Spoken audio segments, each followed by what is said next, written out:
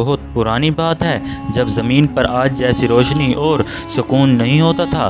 اس زمانے میں دنیا چھوٹی چھوٹی سلطنتیں میں بٹی ہوتی تھی، مگر ان سب میں سب سے زیادہ پر اسرار اور ڈراؤنی سلطنت زرخان امپائر کے نام سے جانی جاتی تھی۔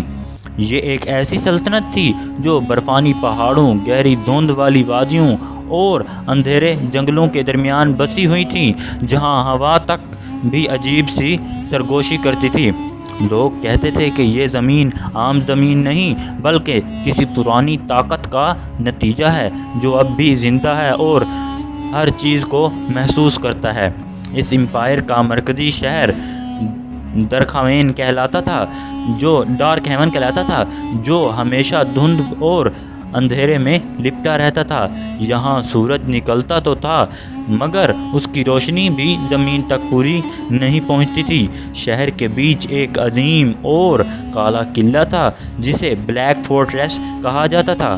یہ قلعہ عام پتھروں جیسا نہیں تھا، یعنی کہ عام پتھروں سے بنا ہوا نہیں تھا، بلکہ ایسا لگتا تھا جیسے کسی پرانی اور بھولی ہوئی قوت نے اسے زمین سے اگا کر یہاں رکھ دیا ہو۔ اس قلعے کی دیواریں اتنی اونچی تھیں کہ جب بادل گزرتے تو لوگ کہتے کہ وہ قلعے کے نیچے سے چل رہے ہیں، یعنی اشارے کر کر کے کہتے کہ یہ دیکھو قلعے کے نیچے سے چل رہے ہیں، مگر قلعہ ان بادلوں سے بھی زیادہ اونچا ہے اور بہت ہی سیاہ ہے۔ اس قلعے کے آخری محافظ ایک جوان سپاہی تھا جس کا نام سلیار تھا۔ سلیار زیادہ بات نہیں کرتا تھا، لیکن اس کی خاموشی میں ایک عجیب سا وزن تھا جو لوگوں کو اس کی طرف متوجہ کرتا تھا۔ اس کی تلوار چلانے کی صلاحیت کا کوئی جواب نہیں تھا اور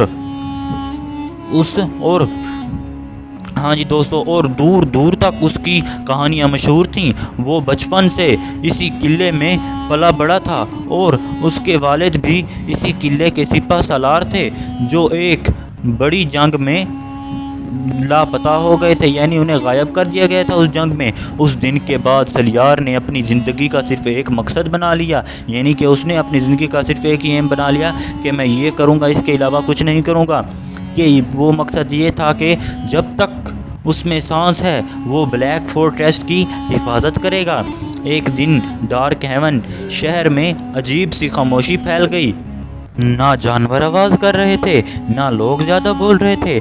ہوا رک سی گئی تھی اور ہر چیز میں ایک بے چینی سی محسوس ہو رہی تھی۔ سلیار نے قلعے کی اونچی دیواروں پر کھڑے ہو کر جب دور پہاڑوں کی طرف دیکھا تو اس نے محسوس کیا کہ کچھ بڑا اور خطرناک قریب آ رہا ہے۔ آسمان کے اس کونے میں جہاں ہمیشہ بادل رہتے تھے وہاں ایک سیاہ دھند اٹھتی ہوئی نظر آنے لگی اور جو دھیرے دھیرے شہر کی طرف بڑھ رہی تھی۔ رات ہونے سے پہلے ہی زمین ہلکی ہلکی کانپنے لگی۔ دور سے لوہے جیسے آہات سنائی دینے لگے، جیسے ہزاروں سپاہی ایک ساتھ مرچ کر رہے ہوں۔ پھر پہلی بار سایہ لشکر ڈارک ہیون کے قریب نظر آیا۔ یہ کوئی عام فوج نہیں تھی بلکہ ایسے سپاہی تھے جن کے چہرے نہیں تھے، صرف لوہے کا ماسک، اور ان کی آنکھوں میں گہرا اندھیرا تھا۔ ان کے جسم بھی آدھے انسانی اور آدھے لوہے کے جیسے لگتے تھے۔ ان کی خاموشی ہی سب سے زیادہ خوفناک تھی۔ سلیار نے فوراً قلعے کے دروازے بند کرنے کا حکم دے دیا۔ تیر اندازی شروع ہو گئی اور دونوں کے درمیان بہت زیادہ جنگ ہو گئی اور دیواروں سے پتھر اور آگ برسانے لگے اور پورا شہر جنگ کے میدان میں بدل گیا۔ پہلے حملے میں ہی قلعے کی ایک دیوار ٹوٹ گئی اور دشمن اندر گھسنے لگا۔ خون، آگ اور لوہے کی تکرار ہر طرف پھیل گئی۔ سلیار اپنی تلوار لے کر سیدھا فرنٹ لائن پر پہنچ گیا جہاں ہر طرف چیخیں اور جنگ کی آوازیں گونج رہی تھیں۔ اور ہاں جی، قلعے کے نیچے ایک پرانی جگہ تھی جہاں صرف چند لوگ جا سکتے تھے۔ وہاں حاکم ڈورون رہتا تھا جو اس سلطنت کا سب سے پرانا عالم تھا۔ اس نے سلیار کو بلایا اور ایک پرانی کتاب دکھائی جس میں لکھا تھا کہ جب بلیک فورٹریس پر پہلا بڑا حملہ ہوگا تو صرف ایک محافظ زندہ بچے گا۔